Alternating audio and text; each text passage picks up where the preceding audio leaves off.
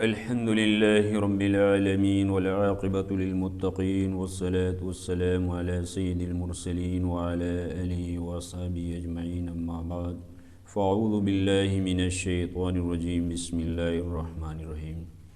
محترم ناظرین، آج ہم سورہ واقعہ کے فضائل پڑھیں گے۔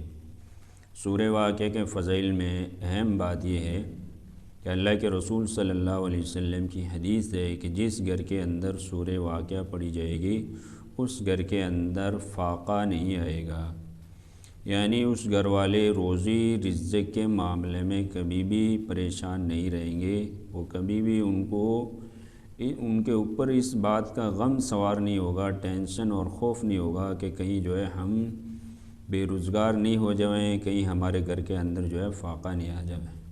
تو آپ غور سے سماعت فرمائیں، زیادہ لمبی حدیث نہیں ہے، آپ پوری بات سنیں۔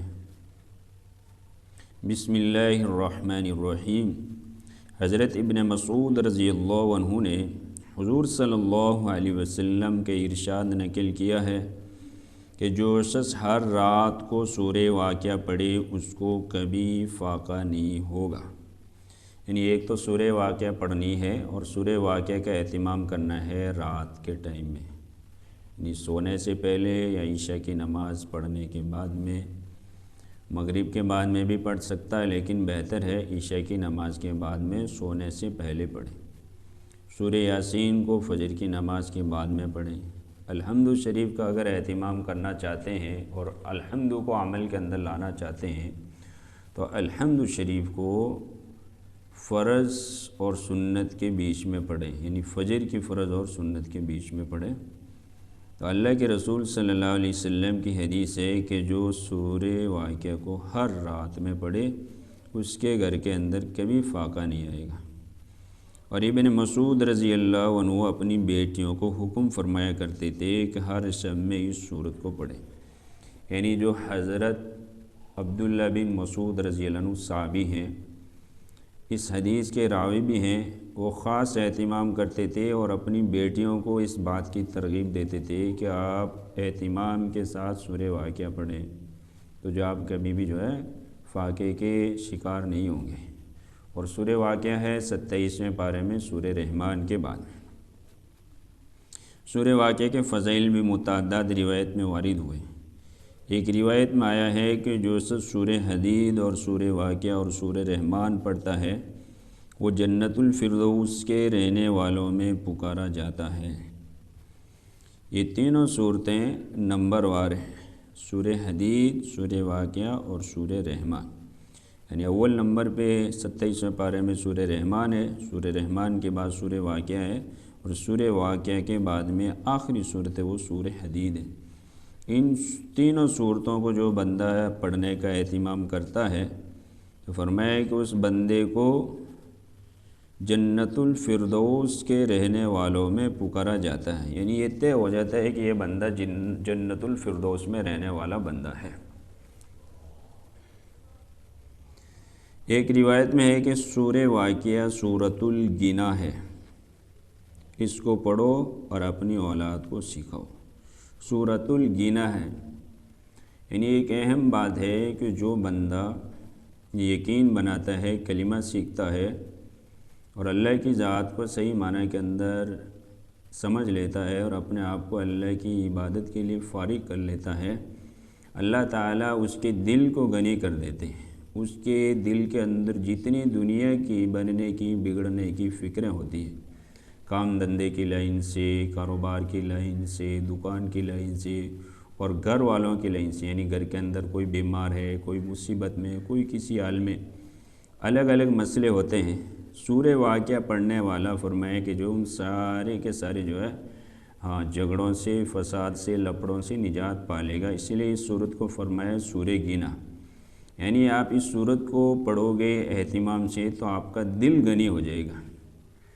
ایک تو انسان ظاہری اعتبار سے پیسوں سے غنی سمجھا جاتا ہے، غنی کا مطلب ہوتا ہے مالدار۔ ایک وہ انسان ہوتا ہے جس کے پاس پیسے نہیں ہوتا مگر اس کا دل غنی ہوتا ہے، یعنی دل دنیا کے تفکرات سے خالی ہوتا ہے، دنیا کی فکروں سے خالی ہوتا ہے، صرف وہ عبادت کی اور آخرت کو بنانے کی فکر میں رہتا ہے۔ اس شخص کو صحیح معنی کے اندر غنی کہتے ہیں، یعنی وہ بندہ صحیح معنی کے اندر مالدار ہوتا ہے۔ کہا ہے سورۃ الغینہ ہے، اس کو پڑھو اور اپنی اولاد کو سکھاؤ، یعنی اپنی اولاد کو بھی، اپنی بچیوں اور بچوں کو بھی اس سورت کو سکھانا چاہیے اور پڑھنے کی ہمیشہ ترغیب دینی چاہیے۔ ایک روایت میں ہے کہ اس کو اپنی بیویوں کو سکھاؤ۔ حضرت عائشہ رضی اللہ عنہ سے بھی اس کے پڑھنے کی تاکید منقول ہے، یعنی جیسے حضرت عبداللہ بن مسعود رضی اللہ عنہ اپنی بیٹیوں کو تاکید کرتے تھے پڑھنے کی، ایسے حضرت عائشہ رضی اللہ عنہ سے بھی منقول ہے کہ حضرت عائشہ رضی اللہ عنہ بھی تاکید کرتی تھی کہ سورہ واقعہ اپنے گھروں میں پڑھو، مگر بہت ہی پست خیالی ہے۔ پست خیالی کا مطلب ہے کم ہمتی، کہ 4 پیسے کے لیے اس کو پڑھا جائے، البتہ اگر گنائے قلب اور آخرت کی نیت سے پڑھے تو دنیا خود بخود ہاتھ جوڑ کر حاضر ہوگی۔